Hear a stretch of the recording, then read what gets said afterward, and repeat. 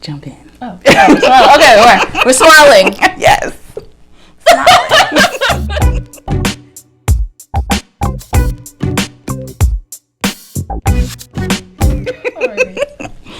Hi, Gummies. How are you doing today? Thank you so much for joining me again. As you can see, I have another guest. And I'm so excited. She got like 15 jobs. So I am excited to talk to you about all of them. And hopefully we'll encourage someone today. So please introduce yourself. Hello, everyone. Hello. So my name is Gwanyan Barker. I am the owner of Kpelle Designs. Kpelle Designs is a company that I started. I'm the jewelry designer. I'm many things. You know, as a startup, you wear many hats. Yes. But I've had it. It started in January of 2014. And we're still going. We're still adding new things and new skills and all of that. But yeah. So you don't just have the jewelry. I don't. You know, there's the full time that needs to, feed and fund the passion, the venture, the company. Yes. So you're also gifted with your hands as far as hair. Yes. You do hair. True. I do hair on the side as well because you gotta have a side hustle. Right. With the, right. Yeah. So definitely. And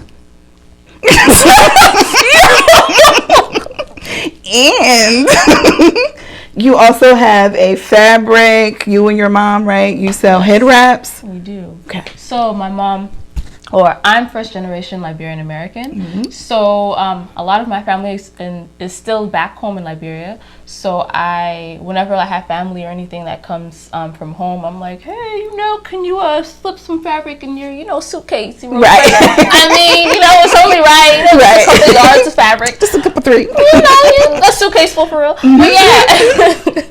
And so her and I cut, sew, wash, dry, package, and have all the head wraps. I have a couple right here actually. Oh, okay. So here. Yeah. I will put the link for all of her businesses down below. All of her businesses. So please feel free to check her out. And in addition to your businesses, you're also a student. I am. Yes. So I will be pursuing my master's at Wilmington University for marketing. So yeah. Yep. Also, for any, blue hens, whoop, whoop. Whoop, whoop. Also, any hornets, DSU, whoop, whoop. Yes, because you went to Downstate first, and you got your first degree. Actually, funny story. I went to Del Tech first. Okay. All my prerequisites. And then I was like, then I went to DSU. Okay. And then, from DSU, I changed my major. Didn't have it, so I went to UD. And then for UD, I'm going to Wilmington U. So, all the Delaware people. Yes. Yeah, just got them covered, right? Because your major before was linguistic or something like that? Yeah, it was cognitive science with speech pathology concentration. So, yes, a lot of linguistic classes. Yes. Okay, I remember. It's been a while, but I remember. We actually met. Yes, doing hair. Yes, she used to do my hair when I was doing crochet braids. Yep, exactly. Yep, that's how we made our connection. And I'm trying to remember who referred me to you. Because we got a few people in common. We do. So I don't know. But yeah, somehow, or maybe it was from the I think Facebook. Yes. Yeah, it was the natural hair. Delaware, yeah. That's what it was. Yep. That's how we found each other. Yeah. So how do you balance everything? School and you work. And you have a job. Yeah. So how do you balance your business, school, working, and then you're young, so I'm sure you have some sort of a social life. Kind of, a little here and there. You want to go out tonight? You know what? Let's go. But how I balance it is time management. Okay. I work in lists and to-do lists, daily lists. Literally everything that I have to do, I put in lists. Because if not, I get overwhelmed by all the things that I have to do, or I feel that I have to do in a certain time frame. Right. And if I just put it in like little blocks during the day, then at least overall at the end of the week, I could look back and be like, oh, okay, I was able to do that, and that. Right. So yeah. Excuse me. So you don't just sell jewelry. You actually hand make your jewelry. How did you learn, or how did you get interested in hand making jewelry? So, my love of working with my hands has always been there. It started with doing hair, which makes sense. Yeah. And then with doing that, I learned to make lock jewelry, which is the accessories that you wear on your hair. And from there, it started like, oh, let me make my own charms. And then from there, it's like, oh, let me make my own little display stuff. Then from there, so it's in little like increments. My love for like working with my hands just kind of grew more and more. But how I learned, I literally just put myself out there. Really? And I, whether it was looked at someone do it and be like, you know what, I can try to do that. And 2 plus 2 equals 4. Right. My way was 3 plus 1. But yeah, we got there. We got there anyway. We got there. We got. Yeah. But yeah. Oh, okay. So you make ear cuffs with the cowrie shells. Yes. And what other things do you make? I also make necklaces. I make the charms, as you know, from a little CNC machine over there. Which was so difficult to learn, but it was so worth it because now I don't have to rely on an outside vendor to say, hey, what are the charms? I need to use that to assemble my other pieces. Right. So, yeah. Yeah. And you work with metals, right? Yes. So you have to use, what's the name of the machine that you use to make your designs and stuff? Oh, it's called Voxy, but the name of the machine is called CNC router. So it's computer numeric control is what it stands for. So you go into your computer, create the design, and then it comes out. Exactly. It's essentially like a printer. Oh, okay. Yeah. Oh, wow. That's cool. And it's just trial and error to figure out? Tears. Tears. Wow. Frustration. Hair pulling. Right. Oh, yeah. Trial and error indeed. Wow. Okay. But that's awesome. Yeah. And how long have you been doing that with the using the machine? I started in 2016. Yeah. Because originally I had someone make it for me. Okay. And then they politely said, we can't really do it anymore. And so, of course, I'm freaking out because I'm like, well, what do I do? Exactly. Who's going to do it for me? Yeah. And so I had to learn how to do it myself. Oh, okay. So, yeah. Wow. And I know at one point you had an issue with someone trying to copy your work because some of your pieces are so unique. So how do you, I know that was a lesson learned. So now how do you try to prevent that or monitor that? Monitor. So what I do is, I forgot what the term is called, but a cheap version of trademarking your stuff. So I would send my designs and email it to myself. Okay, so it's dated. Exactly. So, I have proof just in case anyone tries to, try to say that they're the original. Exactly. Okay, yeah, I remember that where you were saying, like, you had to roll up on her. Do you know how long it took me to get here? Right. And then you were just like, you know what? I'm just going to take this. Right. Don't do that. Yeah. And I also noticed, because we follow each other on Instagram, and I feel like low-key like I stalk you. But so I noticed too now you're into even making your own display tables and things of that nature. Yeah. So how did you hook up with that company to start doing that? So shout out to Terrence Van. Yeah. So he was actually he's an artist in Wilmington, and he's one who told me about this. When he was telling me, he made it sound like like it was Disney World. Right. And I was like, wait, you need to tell me where? In Delaware? Right. So he was like, he has this place that allows you to use all the equipment. It's membership based. And I was like, you know what? All right. Wow. That's all I had to hear. So I was like, all right. Like 2 days later, I called and I set up a tour and I was sold. Wow. Yeah. So is it open to the public or, so anybody can go there? I know you deal with Trichotillomania. Yes. What is that? So Trichotillomania, or Trick for short, is characterized or defined as a hair pulling disorder in which your triggers are if you're anxious, if you're stressed, even if you're bored. Yeah. Sometimes you just do it subconsciously. In my case, it was all of the above. I became aware of it at the age of 11. Wow. I want to say, I don't want to say that part. But I feel like OCD runs in my family on my mom's side. Okay. I do have like very early memories of my uncle. He had tendencies to do things in like repetitively, and his thing was his hair as well. But he didn't pull it. He kind of just like played with it. But and then he would also jingle like change in his pocket. That's his thing. And I was just like, okay, everyone has their thing, right? So to go back to Trichotillomania, so I would it doesn't matter if my hair was like out or like in a protective style. I would find myself just kind of like finding like a nice little like spot and just start doing it. So it was equivalent to how you feel when you bite your nails. So it just started off as a bad habit. Wow. Was it limited to just your hair, or did you pull your eyebrows or your eyelashes? Some people they do pull other hairs. Mine was strictly just my nape and my is the back considered a nape too, or is the that kitchen? Just the front? The kitchen. The kitchen. It took me a minute. Shout out to social media. I was like, the kitchen. What is that?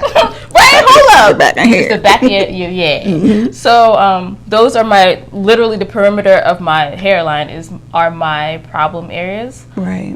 So that's where I go to first. So as soon as I'm stressed or anything, I'm not like, well, I'm just gonna. It just happens. Just automatically before you even realize it. So when you first discovered it, like, how do you deal with it? Is it considered like a mental illness? I guess I don't want to say that, but is it considered like a impulse disorder? Impulse disorder. Okay. Did you have to go to counseling for it, or did they treat you? I willingly went to a therapist. Okay. But it wasn't until my junior year of college.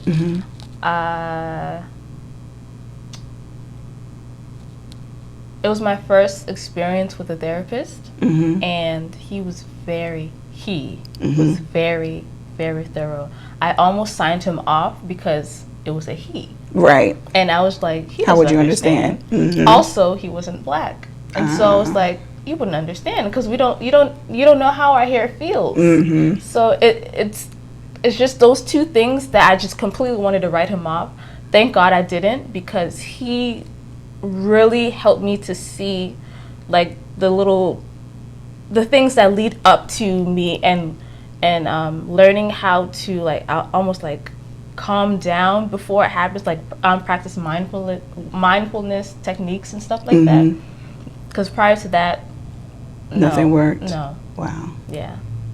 So and how long did it take? I know that, sometimes when you go to counseling, you want overnight success or whatever. So how long did it take for you to finally start seeing some results and feel like, okay, I finally found something that worked? So it didn't completely work, but I found something, a temporary fix.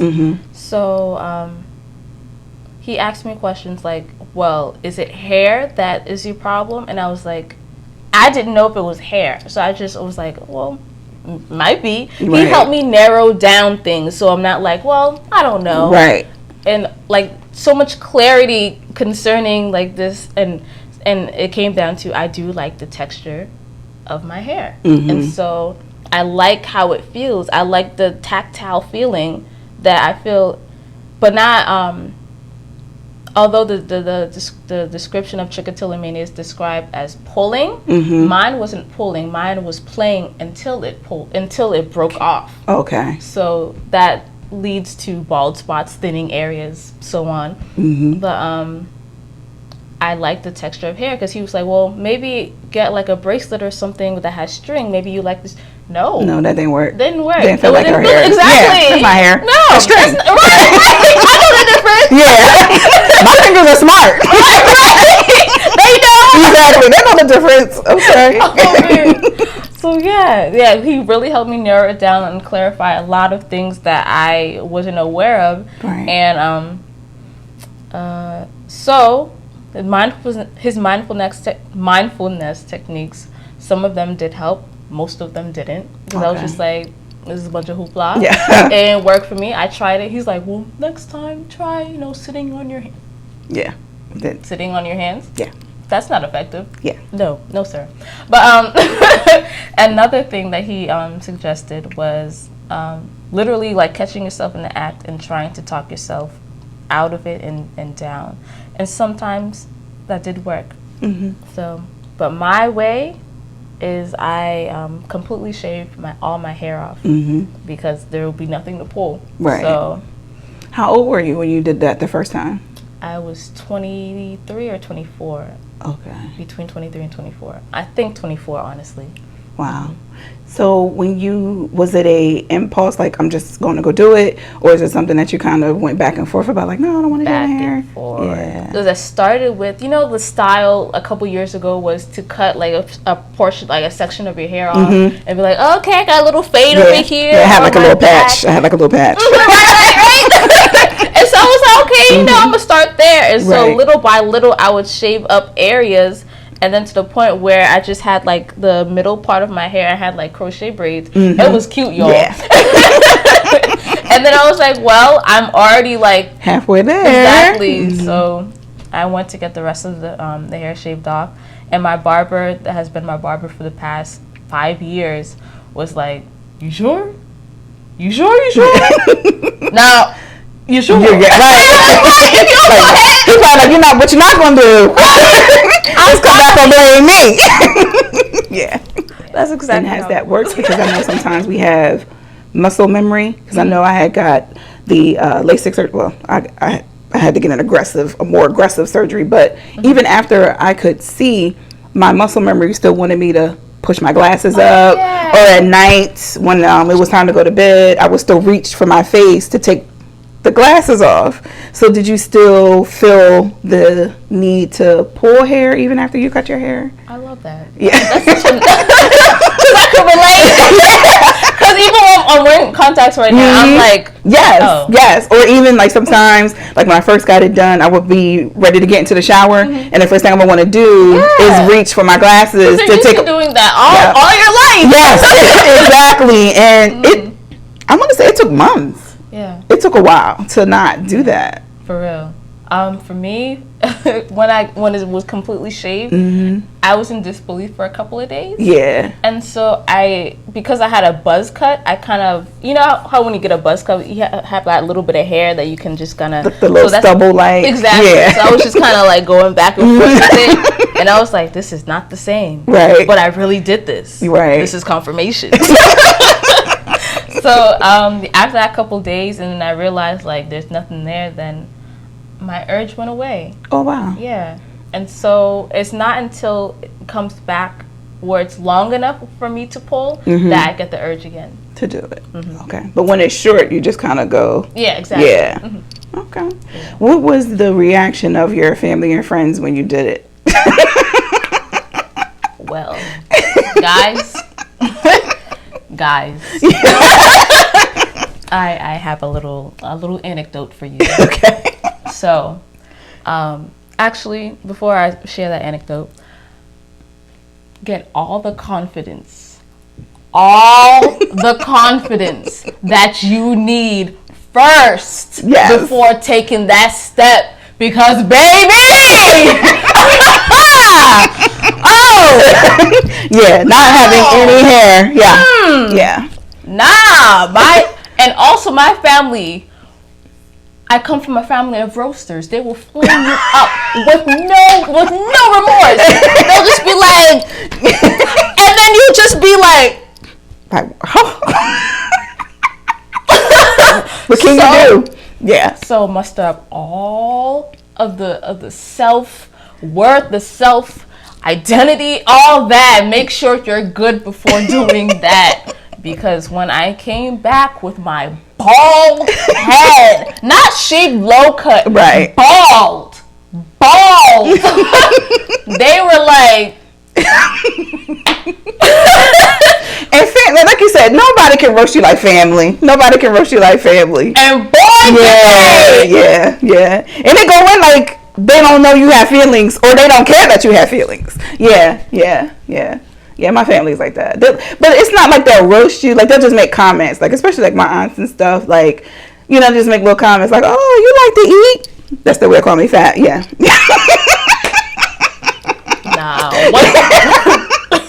I know, you know, right. Come from a culture where, you know, respect your elders, but someone.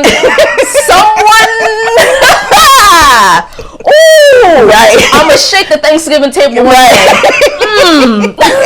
Yeah. Ooh, people are brave. Yeah. Bold. Yeah. Yeah. Bold. Yeah. So yeah. I feel you. Yeah, that's why I was wondering, because I know when I cut all of my hair off and I saw my nieces, they were kind of young and they were like, "What did you do?" Like most of my family was like, "What did you do? Like why would you do that? Your hair was so pretty." I was like, "Yeah, but I just got tired of dealing with it. It was just too much." So I can only, and I just went, you know, short with a couple of sides. So I can only about the curly top. I like with the color.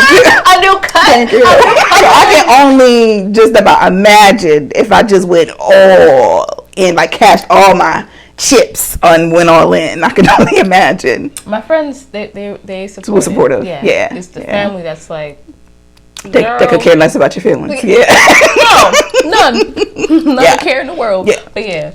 So, you know, like I said before, with you being young and single, how do you think it works with dating? Like, that's a great question. That's a great question. Mm-hmm. So I'm part of a community called the Baldy Movement. Oh wow! And they have questions like that. Mm-hmm. And so I'm just reading all the responses because I'm new to this. So right. I'm just like, I'm I'm bald and I'm dating. Yeah. So this applies to me. This is relevant. Right.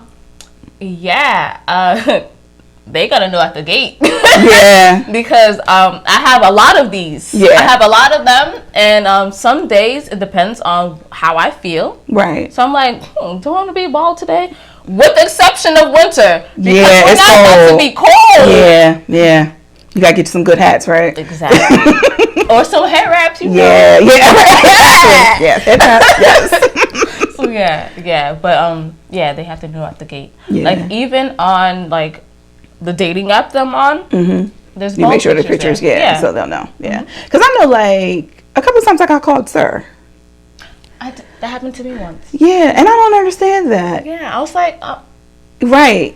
Right. And I had on earrings, lipstick, but I guess in this day and time you don't know. But I was like, at first I was super offended by it. I was offended by it, but then I was just like, you know what? That's just people's ignorance, and I just keep it moving. So I was just wondering too, like, do people question you? Because I know people are also, I don't want to say nosy. People are just inquisitive. Mm-hmm. So do they say things to you like, "Oh, what happened?" Or and those are the rude ones. Yeah, because it's like, whenever I'm asked what happened, I now am tasked with how do I respond? Yeah, because what if they just said it out of curiosity? Right. It depends on the delivery. Yeah. But if it's like, why? Then it's like, I don't even know you, and why do you care? Right? now I'm mad. Right. I'm just like, let me try to see from different perspectives. Right. But no, I got called a boy once, and I was like, because she was like, the nurse referred to me as, "Your brother's here," and I was like, "Brother?" The way I said brother, her whole life was like, she said, "Oh!"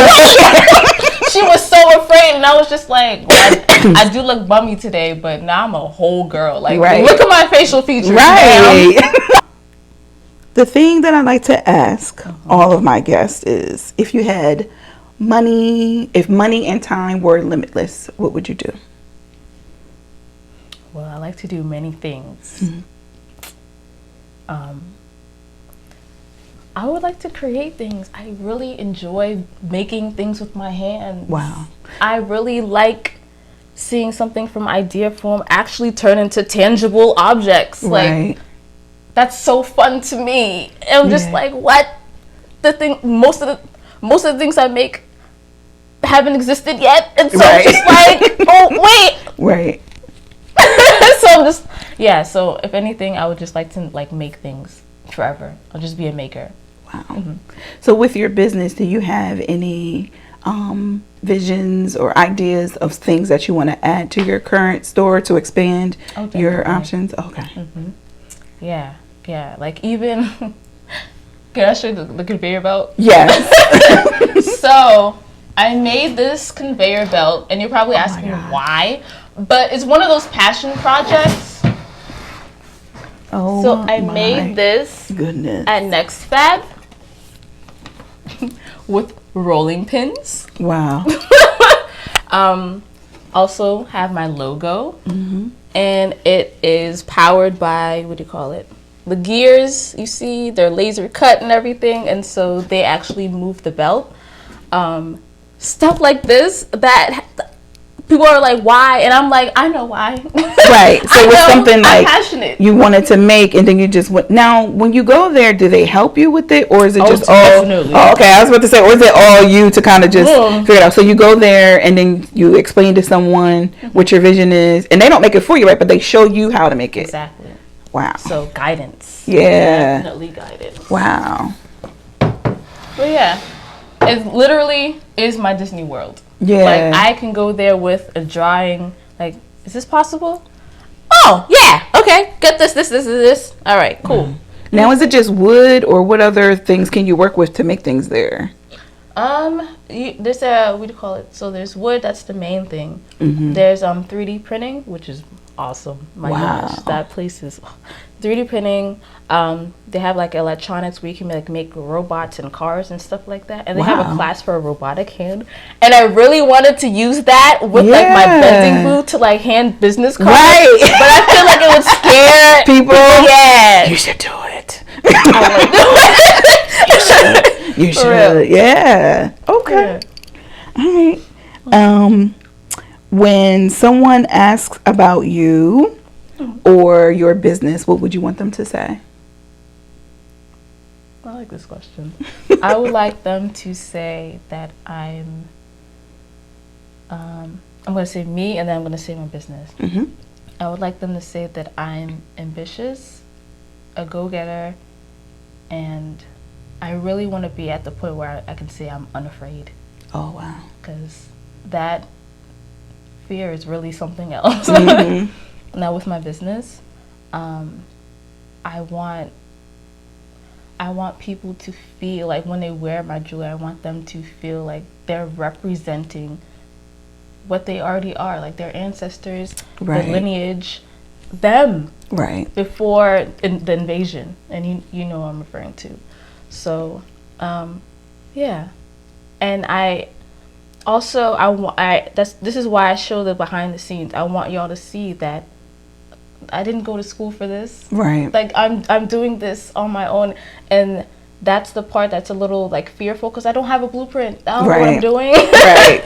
But I want to let other people to know that I don't know what I'm doing. Right. So don't let that stop you. Exactly. Literally. Yeah. Oh, wow. Oh, I know what else I wanted to ask too. So I know you went for your, I keep calling it your linguistic cognitive science. Yes, your cognitive science. Are you still going to do work in that area, or have you totally changed and decided to work? I'm totally changed. Okay. Yeah, I enjoy marketing, and it makes sense with my business, and it kind of goes hand in hand. Not kind of, does go hand in hand. So, yeah. Okay. And you want to be able to, do you have a plan for your business on when you'll be able to do it full time, or you're just kind of just still watching it grow? I'm watching it grow, but at the same time, maybe like 3 to 5 year period, I want it to stand alone. I want to like employ maybe 2 people, because if I'm not there, then it doesn't go. Nothing happens. And I don't want it to just stop because I stop. So, yeah. Okay. I do want to scale and expand in that time frame. Okay. So with your jewelry making, will you continue to do hair, or is that kind of like the side business that helps to fund the... That's the side business. Definitely. That just funds your passion, which is working with your hands. Passions are expensive. Yes, Lord, I know. Bootstrapping some else. I was thinking to myself, if I buy one more thing for this YouTube channel without getting a check, my husband may decide to, change his support. So passion projects do cost a little bit of money. I see. I'm gonna have to find me a side hustle to help fund this. Facts. Yeah. You realize that expeditiously.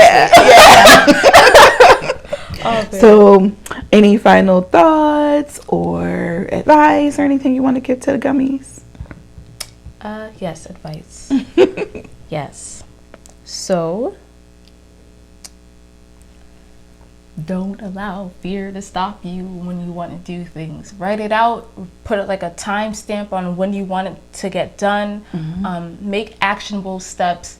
When you learn something new, figure out how to apply it, and just those little steps can make such a big difference, because then you'll be like, oh wow, that's okay. So don't make something that's really small, something that's like big. Extra big. Yeah, you can do it. You just have to have patience, and I don't have patience. So that's just tell you something. I don't have any patience. But I'm doing it, and you can do it too. Absolutely. Thank you so much for watching, Gummies. Have a great day on purpose.